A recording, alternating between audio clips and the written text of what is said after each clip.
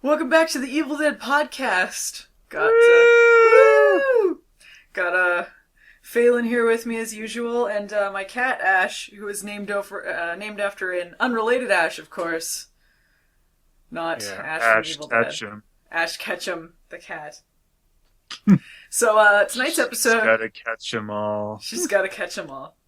So tonight's episode was The Host, episode 5, which means we are officially halfway in to the first season of Evil Dead, of Ash vs. Evil Dead. So That sucks. that sucks. Yeah, seems to go by awfully quickly. So what'd you think of tonight's episode? It was interesting. It's not been, I guess, my favorite of them, but it's still good. Yeah, it seemed a little, slower. Yeah. I mean, it didn't seem like it was dragging or anything. It just the pace was a little bit slower than what they've usually been doing. I'm hoping Lucy Lawless and the cop woman do something more in the next time besides just trying to follow Ash's trail. I hope they accomplish something more. I get what you're saying, that, like, the stuff with Lucy Lawless and Amanda, Ruby and Amanda, is not...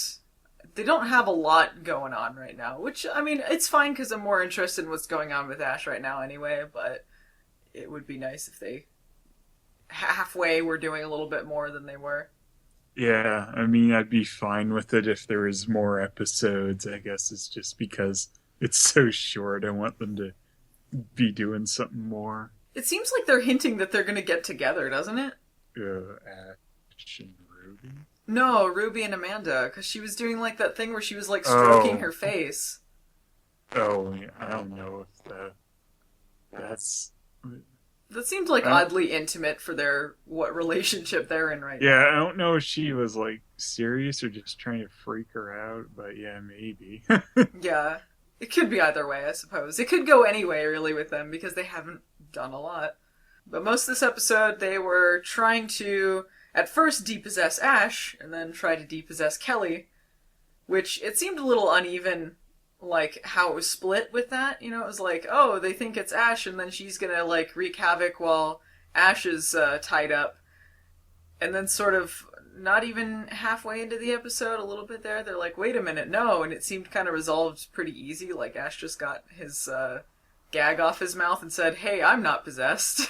You know what's weird about this demon even possessing her is it seems like it's more powerful not inside a body, so I don't know what the benefit to it was. Well, I think it has different benefits for different things, because, I mean, hidden as Kelly, it could have gotten away with some stuff, even though it didn't really. Well, like, it could have probably killed Pablo pretty quick if it was just outside of her body instead of, I need you to come suck on this shotgun.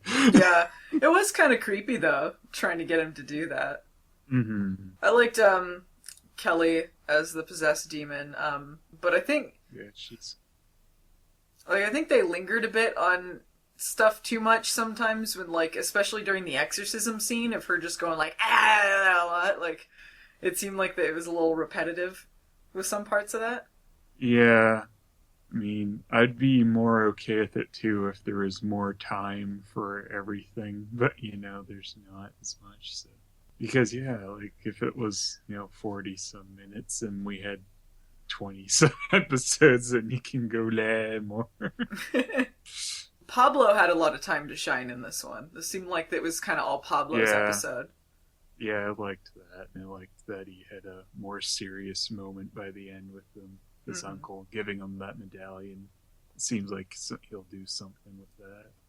I think the show improved a lot by giving them time to have normal human reactions to, like, mourn when his uncle died.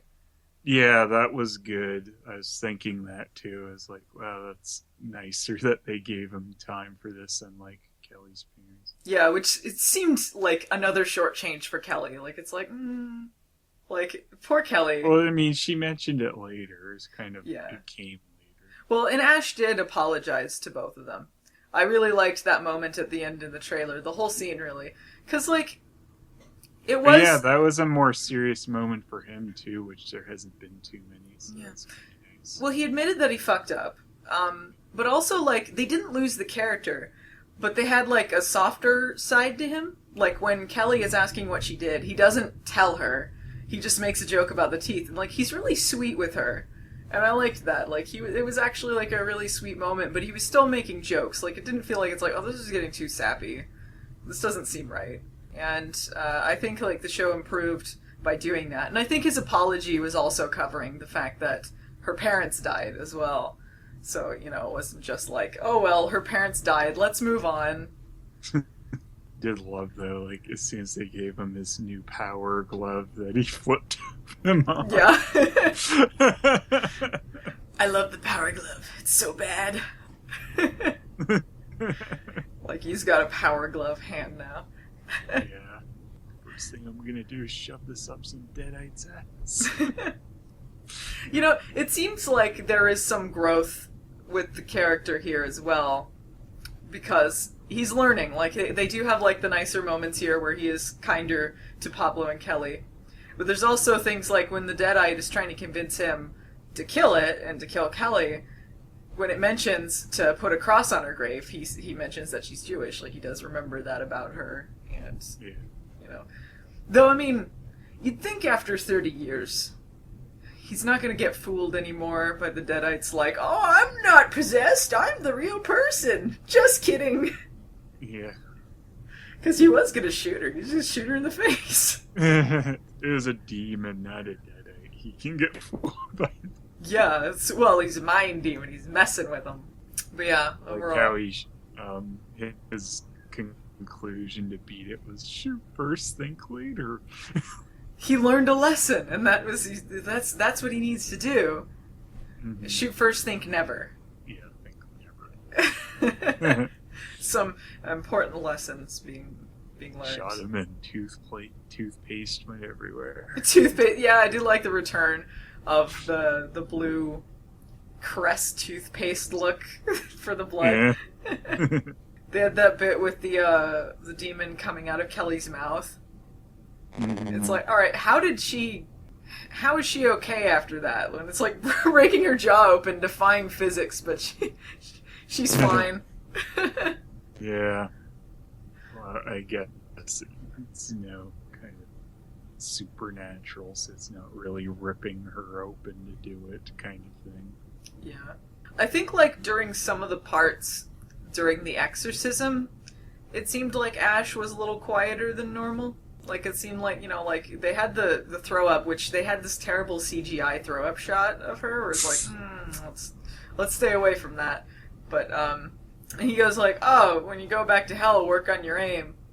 It seemed like, I don't know, it was a little bit weaker with some of the lines there. And it seems like, Pablo is going to be learning some stuff, like, his uncle knew, I guess. He had, like, the coin, so maybe he's going to learn some Brujo magic or something. Hope he learns that he's got to shoot Ash and think never. So yeah, overall, thought it was a pretty solid episode. Good midway point. A little bit slower, like we covered, but I don't think it was bad by any means. I still liked it, even though I said it, wasn't my favorite of what we've seen. It's still good. Mm-hmm. So I look forward to seeing what they're going to be doing next week. Yep. So I guess that wraps up for this week. A little bit shorter. Let's get out of here. Let's get out of here. Let's blow.